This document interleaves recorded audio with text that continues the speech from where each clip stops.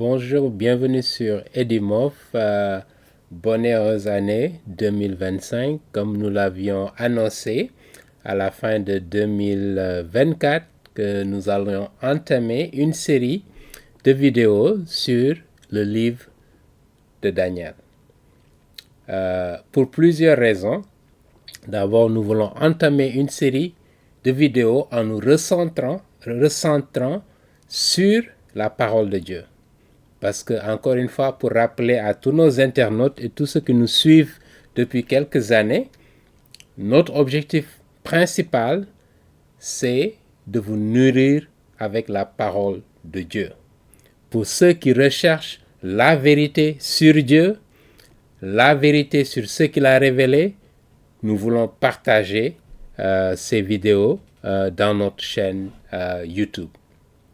Et donc, nous voulons revenir à cet objectif fondamental du ministère Edimov, qui est de partager la parole de Dieu, de faire des études bibliques et de nous recentrer sur ce qui est l'essentiel, qui est la parole de Dieu.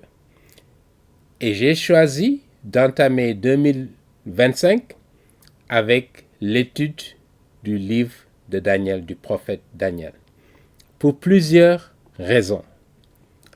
La première raison, elle est personnelle, parce que le livre de Daniel constitue, selon moi, le livre qui m'a permis d'abord de connaître Dieu, le Dieu d'Israël, le Dieu d'Abraham, d'Isaac et de Jacob, le Dieu de cet univers, qui m'a permis d'avoir une relation avec le Dieu de cet univers.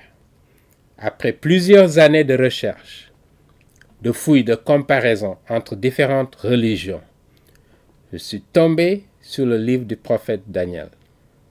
Et en particulier, le chapitre 9, et nous allons y revenir, qui m'a tellement marqué que j'ai décidé de suivre Jésus-Christ comme mon Seigneur et mon Sauveur.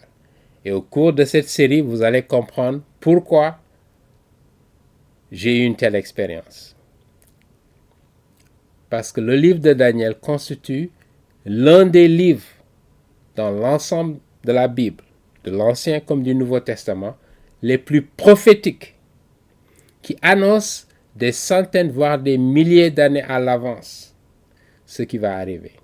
Et pour les sceptiques, les athées, ceux qui appartiennent à d'autres religions, qu'ils soient musulmans, témoins de Jéhovah, mormons, branhamistes, adventistes du 7e jour, je voudrais revenir à cet important livre de la parole de Dieu, écrit par un homme d'État, un homme qui a une envergure publique, je dirais mondiale même, durant cette époque, et qui a marqué son époque et qui continue à marquer notre époque aujourd'hui au XXIe siècle.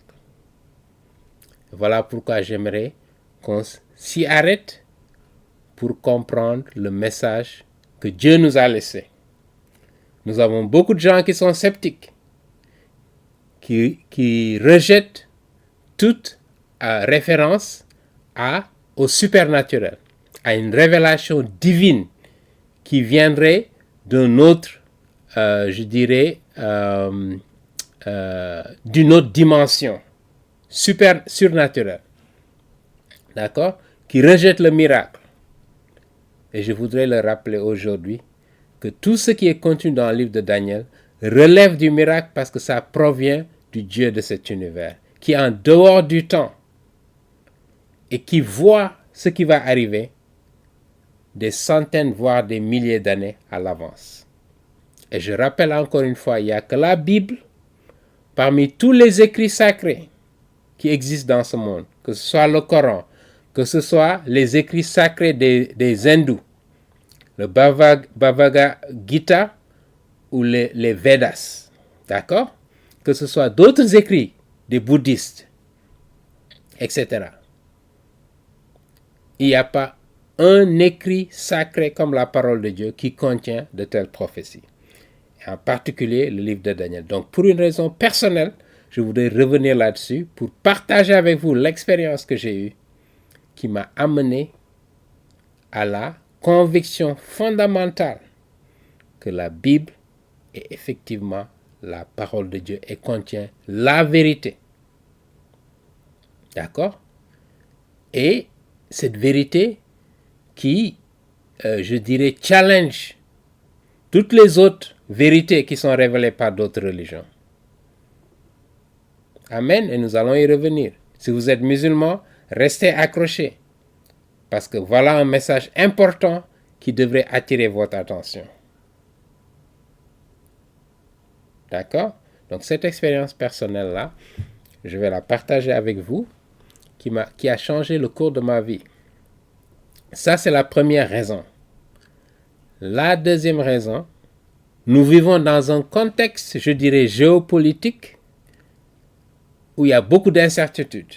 Nous avons la guerre en Ukraine, la Russie contre l'Ukraine.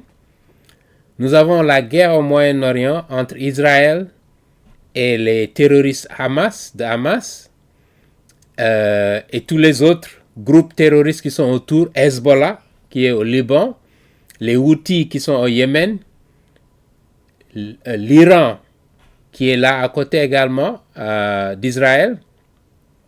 Tous ces États-là qui essayent d'anéantir Israël.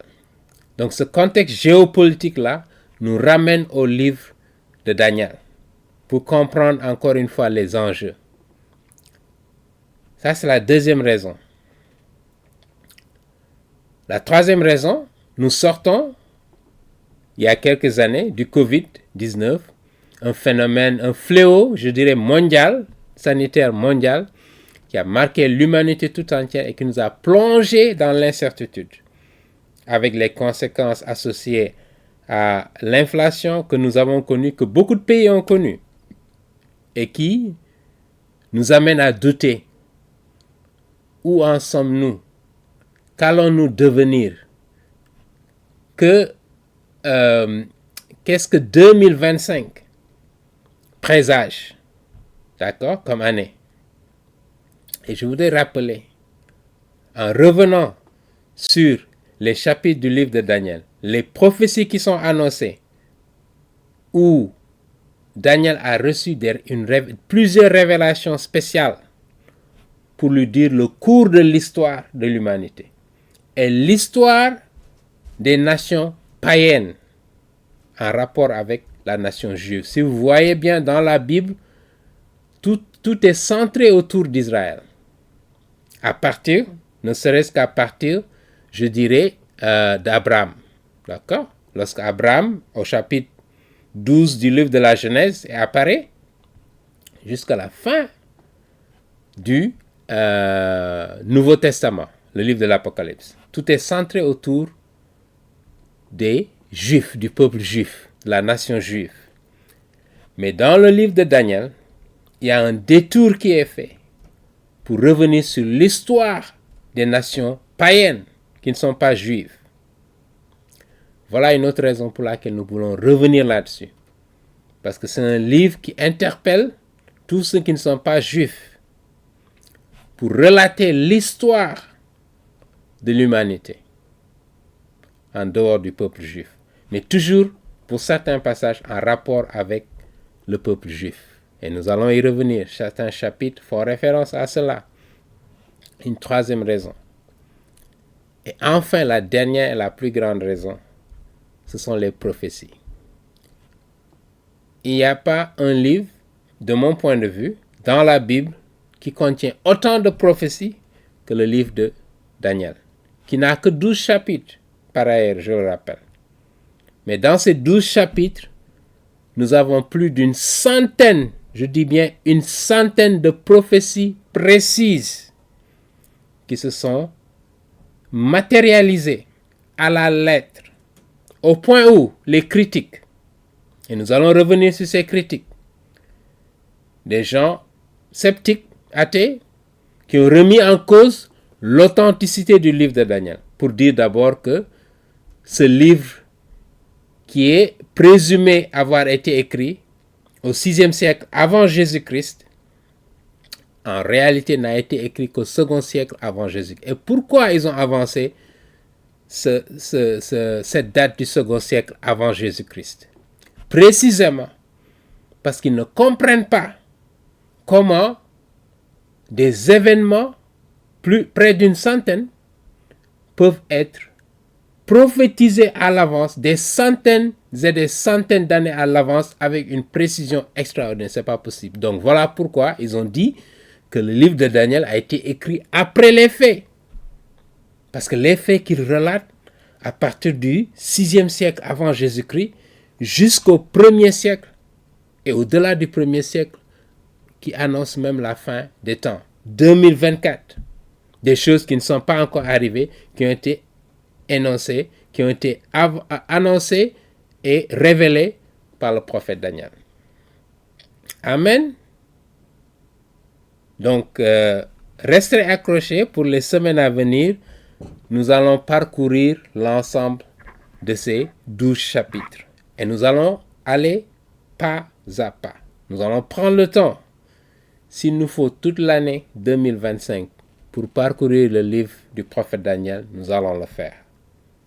Amen. Nous allons nous laisser guider par l'Esprit Saint pour vous amener à comprendre, à méditer, à tellement méditer sur le livre de Daniel que vous arriverez même à mémoriser, comme certains musulmans le font avec le Coran, pourquoi pas avec la Bible, la parole de Dieu. On va passer verset après verset, remettre ça dans leur contexte historique, leur contexte immédiat, ce sur quoi ça porte, et essayer de comprendre la signification biblique. D'accord? Remettre ça dans le contexte de l'ensemble de la parole de Dieu. Amen. Que le Seigneur vous bénisse. Et donc, nous allons demander que l'Esprit Saint continue de nous éclairer en 2025. Nous voulons d'abord lui rendre grâce à notre Seigneur Jésus-Christ pour ce qu'il a fait, pour les merveilles qu'il a accomplies en 2024. Et nous voulons que 2025 soit une année de renouveau spirituel, de dévotion à Dieu, à Jésus-Christ notre Seigneur, et d'une vie de sainteté, une vie de, de sacrifice pour lui, une vie qui lui plaise. Que l'Esprit soit avec nous, qu'il nous fortifie, qu'il nous guide, et que vous aussi qui nous suivez, que ce soit une année où la lumière va se répandre dans votre vie, que le Seigneur va se saisir de vous, peut-être à travers ce livre du prophète Daniel. Vous aurez la même conviction au sortir de ces études bibliques, que la vérité, que vos yeux spirituels se sont ouverts et que vous avez pu contempler votre Seigneur Jésus-Christ, lui qui est venu mourir pour vous, pour vos péchés. Amen. C'est notre vœu, c'est notre prière. Que le Seigneur vous bénisse. Restez accrochés. Et là, donc, nous allons entamer cette année donc, en faisant le commentaire du livre de Daniel. Donc, les interprétations et le commentaire sur le livre de Daniel. Donc, voilà un peu notre plan. Nous allons commencer par une introduction générale sur le livre pour évoquer un certain nombre de choses qui vous permettent d'avoir le contexte, parce que c'est important toujours pour un livre d'avoir le contexte, de comprendre qui est ce personnage-là, Daniel, dont la Bible nous parle. D'accord? Après cette introduction générale, nous allons entrer dans le vif des chapitres du sujet, si vous voulez, en entamant le chapitre 1. Et le chapitre 1, justement, évoque la vie du prophète Daniel et de ses compagnons juifs qui ont été déportés à Babylone par le roi Nabuchodonosor. Et nous y reviendrons en 605 avant Jésus-Christ. D'accord? Vers août, je dirais, juillet-août de l'année 605. Prenez note, nous allons y revenir. Et on nous parle de leur vie, leurs premières années à Babylone, où ils ont été mis dans une école pour être formés aux coutumes babyloniennes. D'accord? Daniel et ses 3 amis juifs, on les connaît plus sous le nom de Shadrach, Meshach et Abednego. Ça, c'est des noms babyloniens, chaldéens. D'accord? Mais ils ont des noms juifs. Azariah, Ananias et Michal. Ok? C'est leur nom juif. Nous allons parler un peu dans ce premier chapitre de leur vie, de leur formation et comment ils vont s'asseoir à la table du roi Nabuchodonosor. Ils étaient privilégiés et nous allons aussi revenir sur Daniel. On n'en parle pas souvent, mais il faut rappeler que Daniel faisait partie de la royauté en Israël, dans le royaume du sud de Juda. Et nous allons essayer de comprendre ce jeune garçon qui avait entre 15 peut-être et 17 ans lorsqu'il a été déporté. Comment il est arrivé à maintenir une vie spirituelle assez approfondie. Et si vous êtes jeune et vous m'écoutez, rien ne vous empêche à votre jeune âge de vous dévouer à l'Éternel, de vous consacrer à l'Éternel, tout en étant une lumière dans le monde. Vous n'avez pas besoin d'être un moine, de vous enfermer dans des je dirais, caves ou grottes pour prier tout le temps. Non, vous pouvez avoir une vie de prière, une dévotion totale à Jésus-Christ, à l'Esprit Saint, à Dieu le Père, tout en étant ouvert au monde. Vous êtes dans le monde, mais vous n'êtes pas du monde. Voilà ce qui caractérise le chrétien. D'accord? Vous n'êtes pas obligé de faire ce que les gens font dans ce monde. Mais on ne vous demande pas de vous isoler. Jésus-Christ a vécu parmi les siens. Amen. On pouvait être jeune comme le prophète Daniel et avoir une vie de sainteté. Amen. Je le rappelle et nous allons y revenir. Donc, ça c'est le chapitre 1. Le chapitre 2 maintenant, on va revenir sur le rêve que le roi Nabuchodonosor a eu. Ou une série de rêves, nous y reviendrons, certains disent qu'il y a une série de rêves. Et il a été troublé par ce rêve-là. Naturellement, on peut voir la main de Dieu sur ce roi. Et je rappelle que le roi Nabuchodonosor, à ce moment-là, vers 605 avant Jésus-Christ, dominait le monde. C'est comme les États-Unis d'Amérique aujourd'hui, qui dominent le monde. Le roi Nabuchodonosor, qui était l'empereur babylonien, dominait le monde et il a fait un rêve. Et il a voulu faire comprendre, la signification de ce rêve. Donc, il a fait venir tous ces magiciens, ces conseillers, ces féticheurs, toute une classe de gens qui sont là à ses ordres et qui sondent un peu, si vous voulez, les dieux pour, je dirais, informer le roi, l'avertir, le prédire, etc., de ce qui va arriver. Donc, je ne vais pas entrer dans les détails. Et Daniel va intervenir de façon spéciale. Et il se fera remarquer ici à partir du chapitre 2. D'accord? Ensuite, on passe au chapitre 3, où Nabuchodonosor érige sa statue à lui-même en or, une très grande statue, et exige que tout le monde adore cette statue. Naturellement, si vous êtes juif, vous connaissez le premier commandement qui dit que tu n'adoreras que ton Dieu, le Dieu d'Israël, le Dieu de Jacob, le Dieu d'Abraham et le Dieu d'Isaac. Aucune autre image tu n'adoreras. Seulement le Dieu. Le seul vrai Dieu. 3 des amis de Daniel, les 3 juifs qui sont partis en déportation avec lui, ont refusé de se soumettre à cet édict. Le roi Nabuchodonosor, qui est, je dirais, un roi sanguinaire, qui ne pardonne pas la désobéissance, ils ont mis au feu. Et si vous êtes au courant, vous savez ce qui se passe, ce qui s'est passé. Je ne vais pas vous donner plus de détails, nous allons y revenir. Ensuite, on passe au chapitre 4, où le roi Nabuchodonosor lui-même est sous le jugement divin, pour avoir cru qu'il est au-dessus de tout.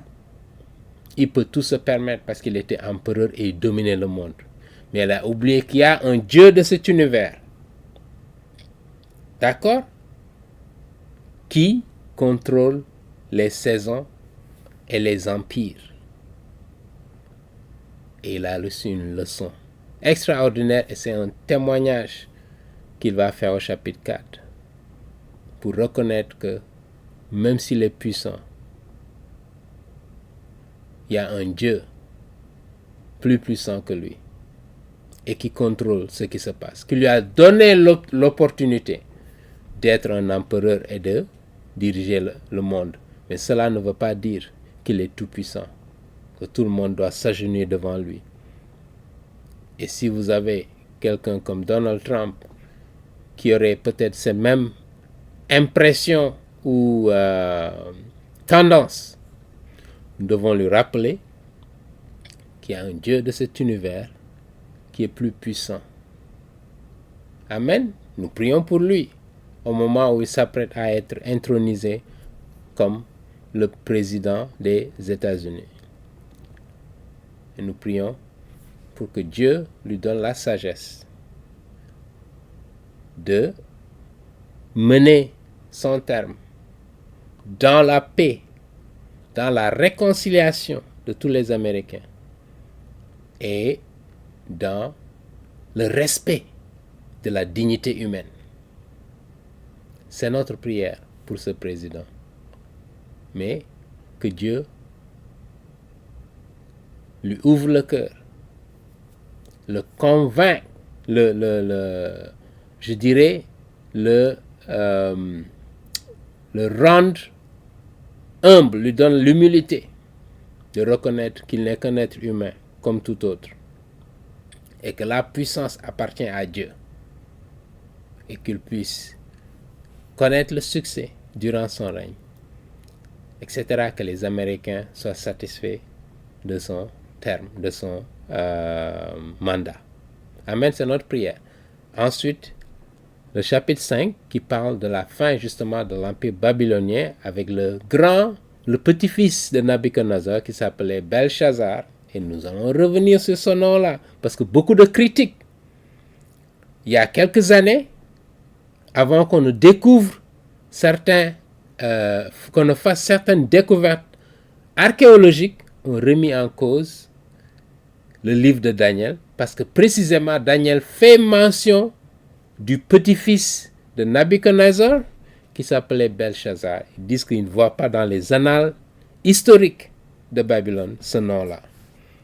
Mais nous allons voir ce qui s'est passé. Nous allons revenir sur certaines fouilles archéologiques.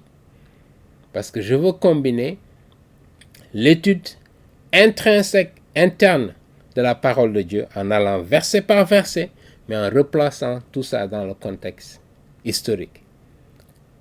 Et des critiques qui ont été énoncées, particulièrement sur le livre de Daniel. Vous ne verrez pas ces critiques dans les autres livres, mais pourquoi ils se sont acharnés ces critiques sur le livre de Daniel? Pourquoi? Parce que le livre de Daniel contient je dirais, un trésor extraordinaire, inestimable. Voilà pourquoi les critiques l'ont attaqué. Parce que c'est puissant comme livre. Ça contient tellement de secrets, de révélations de Dieu. Si vous voulez comprendre notre histoire contemporaine, retournez au livre de Daniel. Et la précision avec laquelle les prophéties annoncées ont été réalisées au cours des siècles est extraordinaire. Ce qui a attiré l'attention des critiques au point où ils ont voulu remettre en cause l'historicité de ce livre. Voilà pourquoi nous revenons dessus. Amen. Et l'histoire a donné raison au prophète Daniel. Les fouilles archéologiques qui ont été découvertes ont donné raison au prophète Daniel. D'accord? Le chapitre 6, Daniel qui est dans la fosse aux lions. D'accord? Parce que justement, il a voulu suivre l'Éternel. Il a voulu suivre les commandements de Dieu et ne jamais renier les commandements de Dieu. Quel qu'en soit le prix à payer, il était prêt à le payer. Au chapitre 7, nous allons parler de la vision de Daniel lui-même. Ça, c'est la première vision qu'il a eue sur la succession des empires. Et là, ça nous replonge sur je dirais, les nations païennes. On sort d'Israël, on rentre maintenant dans l'histoire des nations païennes, jusqu'à la fin des temps. Le chapitre 7 revient sur ça. Une deuxième vision au chapitre 8, la vision du bélier et de la chèvre. Et nous allons y revenir. Et là, précisément, Daniel, qui a vécu au 6e siècle, notez bien, annonce l'arrivée d'un dirigeant extraordinaire qui va marquer l'histoire de l'humanité jusqu'à aujourd'hui. Il s'appelle Alexandre le Grand. Alexandre le Grand est prophétisé dans le livre de Daniel, je le rappelle. Il n'y a que la Bible qui a ça. Et Alexandre le Grand, si je vous rappelez, il a vécu vers 300 avant Jésus-Christ. Je dirais 350 jusqu'à 330. Il n'avait que 32 ans lorsqu'il est décédé. Il a conquis le monde entier, de l'ouest de l'Europe jusqu'en Inde, au Pakistan même. Il est allé jusqu'en Inde, Pakistan, pour couvrir le monde entier. À 32 ans, il a défait les Perses, qui sont les Iraniens, nous allons y revenir, et il a conquis le monde. Et Daniel, dans son livre au chapitre 8 précisément, annonce l'arrivée de Alexandre le Grand. Et nous reviendrons sur cette vision. D'accord? Et voilà le chapitre dont je vous parlais, le chapitre qui a fini de me convaincre que la Bible est précisément la parole de Dieu. Rien à voir avec les autres, les écrits sacrés. Extraordinaire. Et nous allons y revenir. Plus d'une centaine de prophéties, je vous dis, et je ne parle pas de ces prophéties du genre Nostradamus. D'accord? Soyons clairs là-dessus.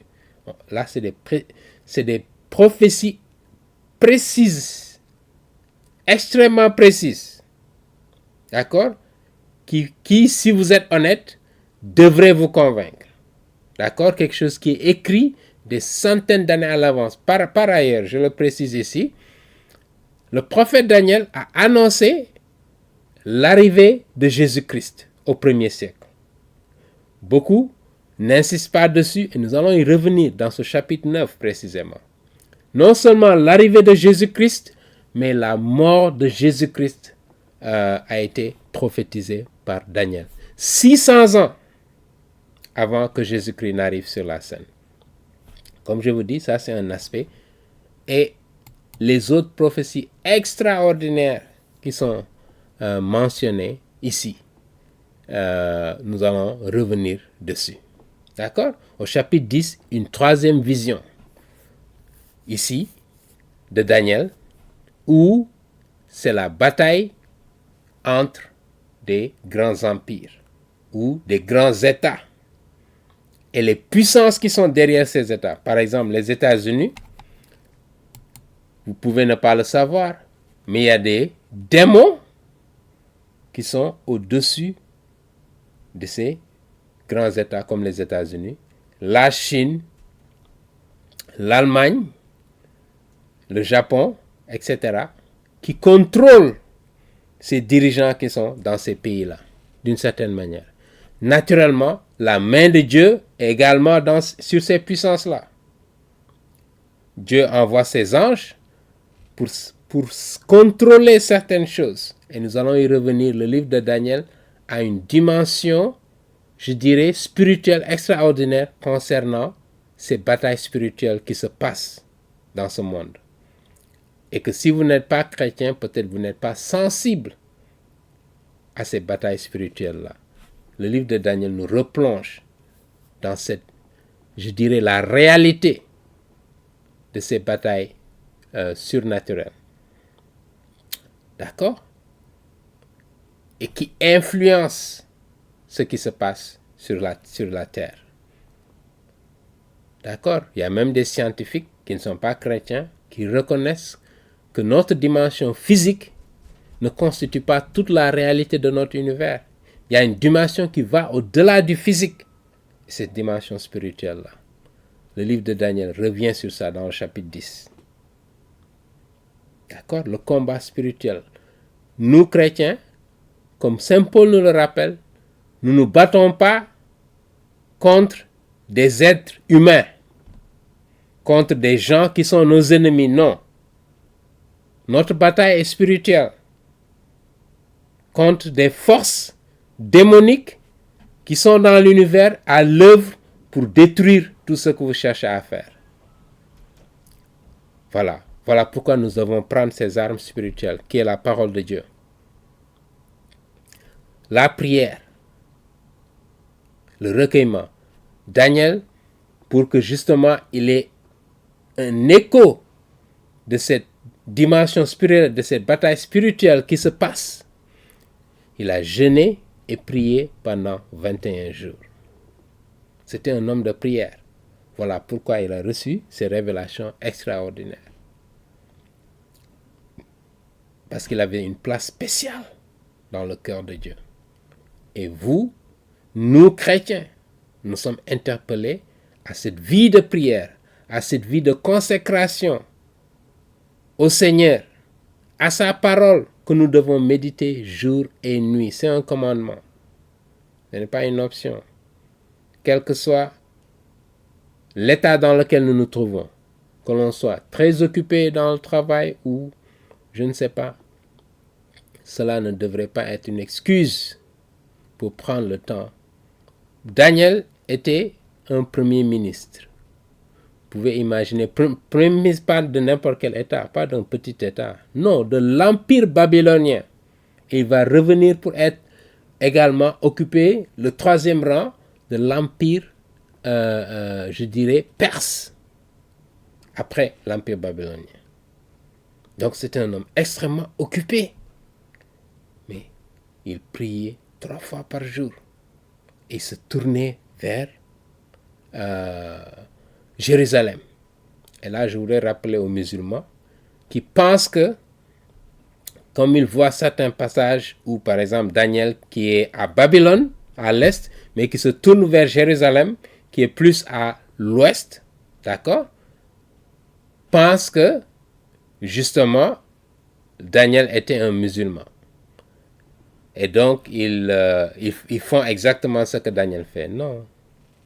Ne faites pas d'amalgame. Et nous allons y revenir.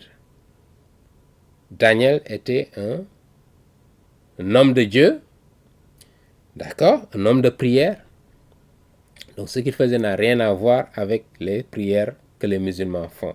Où ils se tournent vers la Mecque. D'accord? La Mecque est plus, si je voulais, au sud. D'accord? Daniel se tournait vers l'ouest, Jérusalem. D'accord? Et pourquoi? Parce que c'est là où le temple était. Donc rien à voir avec ce que les musulmans font. Parce que la Kaaba que vous voyez, c'était un lieu où on adorait des idoles. D'accord? Avant que le prophète Mohammed ne vienne, mais c'était des idoles qui étaient adorées là-bas. Le temple, non, jamais. Donc, ne faites pas de confusion et d'amalgame. Juste un rappel. Pour continuer, donc, le chapitre 12, le chapitre 11 d'abord, qui parle de l'histoire du monde du roi Darius, qui était un Perse, au règne du dernier roi de l'histoire humaine. Donc, ça rappelle toute l'histoire des nations, comment dirais-je, païennes. D'accord? Et là, le chapitre 11 contient plus de 50 prophéties. Seulement ce chapitre 11. Et nous allons y revenir. Avec des détails extraordinaires qui rappellent la bataille entre la dynastie des Ptolémées en Égypte et la dynastie des Séleucides en Syrie, et qui va jusqu'à l'Inde, d'accord, après que Alexandre le Grand a été est mort. Il avait 4 généraux. On lui a demandé sur son lit de mort, à qui devons remettre le royaume, parce que tu as conquis le monde entier. Il dit, remettez-le au plus fort. Et voilà comment ces généraux se sont battus entre eux pour occuper certains territoires. Et nous reviendrons sur ces choses-là. Mais 2 de ces généraux, justement, ils ont créé leur dynastie. L'un a occupé la Syrie jusqu'au sud vers Babylone, etc., jusqu'en Inde. L'autre, l'Égypte, et vers, je dirais, l'Arabie, etc., au sud. Et les autres ont occupé, je dirais, la Macédoine au nord, vers la Méditerranée, au nord-ouest, et un autre général a occupé la Turquie, là où se trouve la Turquie, à peu près cette zone-là. Et nous allons y revenir pour expliquer. Et maintenant, le chapitre 11, notez bien, revient sur les péripéties de ces batailles sur plusieurs générations, avec des détails. La fille d'un des rois Ptolémée va se marier avec le fils d'un roi pour créer des alliances. Et on a les noms précisément de ces personnes-là qui ont été prophétisées. Pas les noms de ces gens, mais la personne qui s'est mariée, on les a énoncés de façon précise dans le chapitre 11 du livre de Daniel. Extraordinaire. Extraordinaire. Voilà pourquoi nous voulons prendre le temps pour vous montrer à quel point le Dieu de cet univers est un Dieu de précision. De précision. Pour que vous ayez la certitude que là, vous avez la vérité. Parce que dans les autres livres sacrés, on peut énoncer certaines choses, mais avoir la précision que nous avons dans la Bible, il faut que ça vienne du Dieu de cet univers pour l'avoir. Parce que aucun ange n'a la capacité de faire cela. D'accord? Aucun. Il n'y a que le Dieu de cet univers qui en est capable. Et voilà pourquoi il a fait cette révélation au prophète Daniel. Et Daniel va le rappeler dans son premier chapitre que cette capacité de détecter le futur, ça n'a rien à voir avec Daniel. Et nous allons aussi, ça va nous rappeler tous ces prophètes que l'on voit aujourd'hui qui pullulent partout dans le monde chrétien, pour dire qu'ils sont prophètes qui reçoivent des révélations spéciales de Dieu. Daniel qui est plus puissant que tous ces faux prophètes que l'on voit aujourd'hui. D'accord? Des gens qui prétendent être des prophètes, mais qui ne reçoivent aucune révélation de Dieu, mais qui font croire aux autres qu'ils ont quelque chose de spécial qu'eux, ils n'ont pas. Mais Daniel leur a dit non, ça n'a rien à voir avec moi. C'est le Dieu de cet univers qui révèle ces choses-là. Et il le révèle en son temps. Et nous allons y revenir. Daniel n'était pas tout le temps quelqu'un qui recevait des révélations. Non. Il les recevait à des moments précis. Et nous allons voir au cours de sa vie. Ce n'est pas chaque jour qu'on se lève, on nous dit Dieu m'a fait cette révélation. Non, ça ne marche pas comme ça. Ce n'est pas ce que la parole de Dieu nous dit. Les vrais prophètes de Dieu, ils se laissent guider par l'Esprit. Lorsque l'Esprit entre en eux, c'est là qu'ils sont capables d'avoir ces révélations. Mais ce n'est pas des choses qui arrivent au jour le jour. On ne manipule pas Dieu. Amen. Un rappel pour vous qui aujourd'hui suivez des gens qui se disent prophètes. En tout cas, rien à voir avec les prophètes que nous connaissons dans la parole de Dieu. Et nous allons y revenir. Amen. Donc voilà comment nous allons parcourir le livre de Daniel, chapitre après chapitre, verset après verset, pour examiner de près la parole de Dieu. Amen. Donc voilà un peu l'introduction générale. Donc là, nous entrons dans l'introduction générale. Et ici, nous allons aborder ces différents points-là. Donc, nous allons simplement énoncer et nous reviendrons dans la prochaine vidéo sur chaque élément, l'historicité du livre, comment le livre est un livre historique qui date du 6e siècle avant Jésus-Christ. Contrairement à tout ce que ces critiques ont avancé depuis le 3e siècle de l'ère chrétienne. Jusqu'à maintenant, nous avons des critiques. Mais au fur et à mesure qu'il y a des découvertes historiques nouvelles, ils viennent confirmer ce qui est écrit dans le livre de Daniel. Extraordinaire. Pourquoi? Parce que ça vient du vrai Dieu de cet univers. Le Dieu d'Israël, le Dieu d'Isaac et le Dieu de Jacob. C'est lui le Dieu de cet univers. Encore une fois, comme je l'ai mentionné, nous allons revenir sur ces prophéties-là contenues dans le livre. Nous allons évoquer la datation du livre de Daniel et les langues qui sont utilisées dans le livre. Contrairement à la plupart des livres de l'Ancien Testament écrits en hébreu, une partie du livre de Daniel a été écrite en araméen, parce que ça c'était la langue des Babyloniens lorsque Daniel était en Babylone. Il a utilisé l'araméen et également l'hébreu. Certains chapitres, et nous allons y revenir, du chapitre 2, verset 4 jusqu'au chapitre 7, la totalité du chapitre 7, nous avons un texte écrit en araméen, parce que c'était la langue officielle que tout le monde parlait. Voilà pourquoi Daniel l'a écrit dans cette langue. Et ça se rapporte avec l'histoire des nations païennes. Et à partir du chapitre 8, il revient à l'hébreu. Nous allons revenir là-dessus. Enfin, les doctrines qui sont enseignées dans ce livre de Daniel. Le livre de Daniel parle de la dépravation de l'être humain, qui a besoin du Dieu de cet univers. Sinon, il est perdu à jamais. Sans l'aide de Dieu, sans l'aide, la grâce de l'Esprit Saint, de Jésus-Christ, nous ne pouvons nouer une relation avec le Dieu de cet univers. Parce que nous sommes condamnés, a priori, par notre nature pécheresse. Et seuls ceux qui sont conscients qu'ils ne peuvent pas de leur propre travail ou de leurs propres œuvres entrer au paradis. De reconnaître qu'ils ont besoin de Dieu, du vrai Dieu de cet univers. Si vous êtes musulman, témoin de Jéhovah, brahmanisme, athée, etc., mormon, hindou,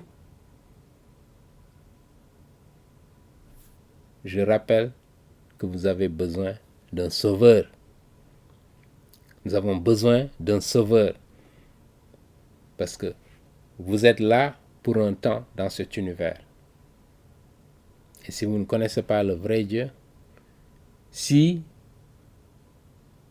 vous ne l'acceptez pas comme votre sauveur, il vous dit que vous serez séparés de lui. Voilà pourquoi nous insistons la dépravation de l'être humain que Daniel nous rappelle dans ce livre.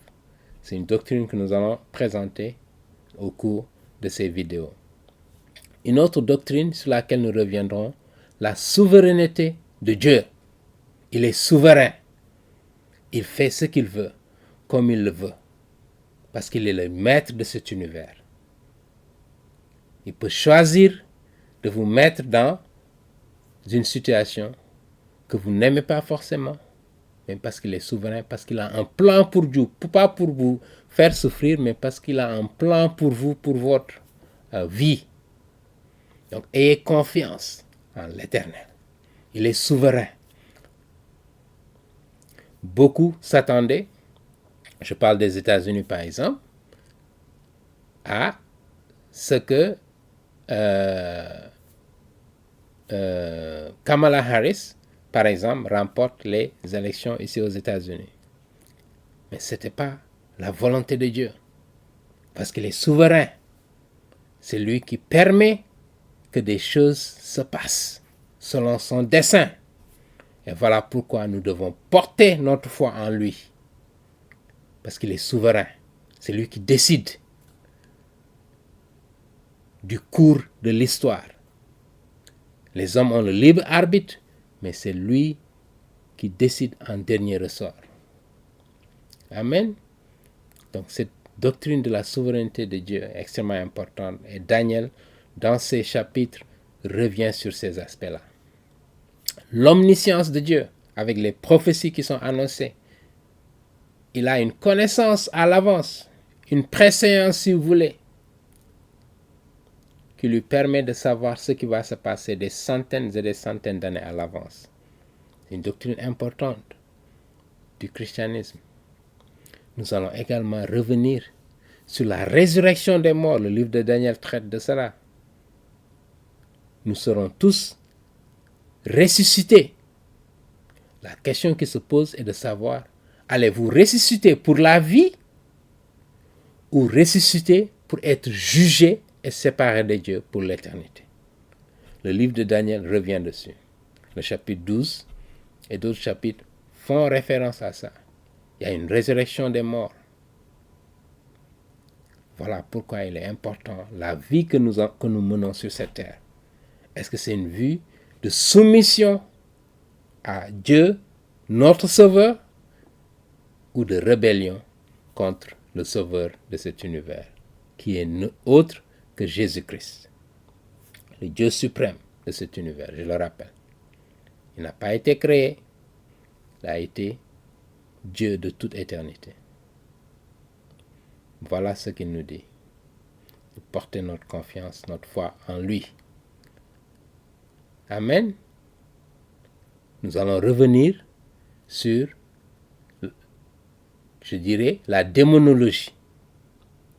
L'étude des démons, des esprits, je dirais, des anges, donc ce qu'on appelle la démonologie, cette bataille spirituelle qui a lieu dans notre univers et à laquelle nous n'avons pas toujours conscience, ou nous ne savons pas toujours. Nous allons revenir là-dessus. D'accord? Etc. Donc un certain nombre de doctrines sur lesquelles nous reviendrons au cours de l'enseignement du livre de Daniel. Que le Seigneur vous bénisse. Restez à l'écoute, restez attachés et nous reviendrons sur cette introduction générale sur l'historicité, d'abord dans un premier temps, et les autres aspects dont nous venons de parler, avant d'entrer dans le chapitre 1 du livre de Daniel, que nous allons encore parcourir verset par verset. Amen. Que le Seigneur vous bénisse. Merci de votre attention et je vous dis à très bientôt.